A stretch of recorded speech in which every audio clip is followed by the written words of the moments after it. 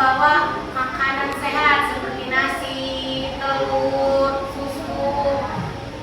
Itu seminggu sekali atau sebulan sekali menurut saya. Jadi anak-anak kita tuh sehat, jadi tidak jajan di luar. Kan kalau jajan di luar kan makan ciki, itu kan tidak sehat kan Bu.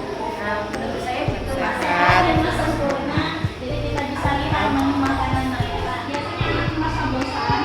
Untuk mencairkan suasana selain sebagai sarana untuk mereka sehat, bergerak, karena tidak hanya duduk, itu juga bisa menghilangkan kebosanan untuk anak-anak. Jadi boleh diajak untuk melaksanakan SDP.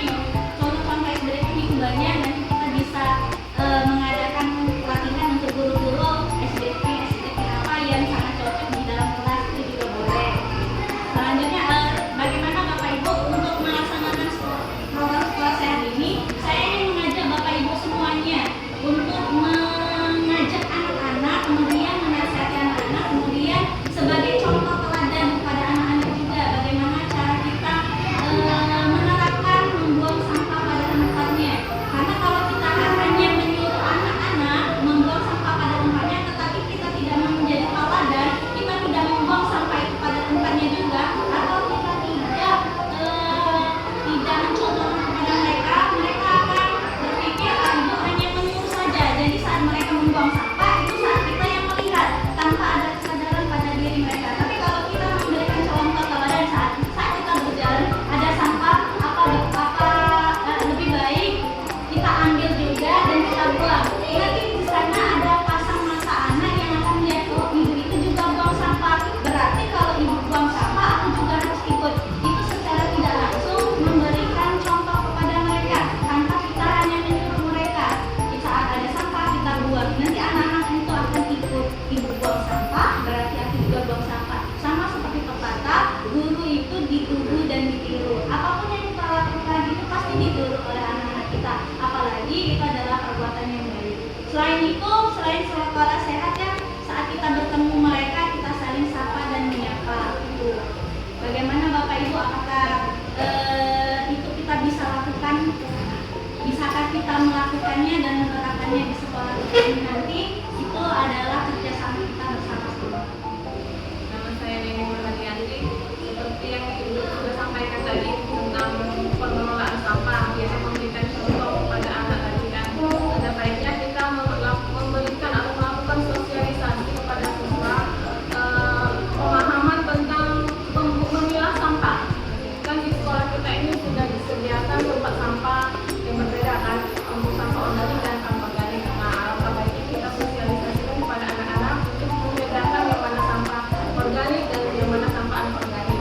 Nah, yang untuk sampah organik tadi bisa kita ajari untuk anak-anak untuk membuat kompos, membuat pupuk.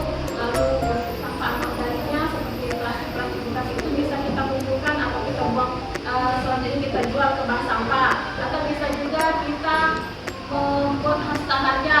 Nah, bisa menjadi benda yang hasil produktif kan, bisa didaur ulang, bisa dijual seperti itu.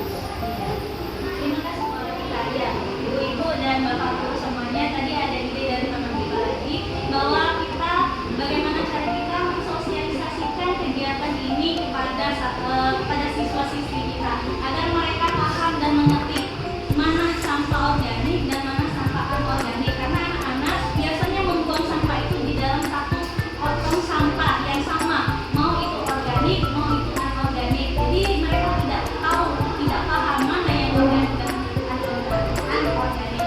Yang mereka kita sosialisasikan, kita beritahu anak-anak ini sampah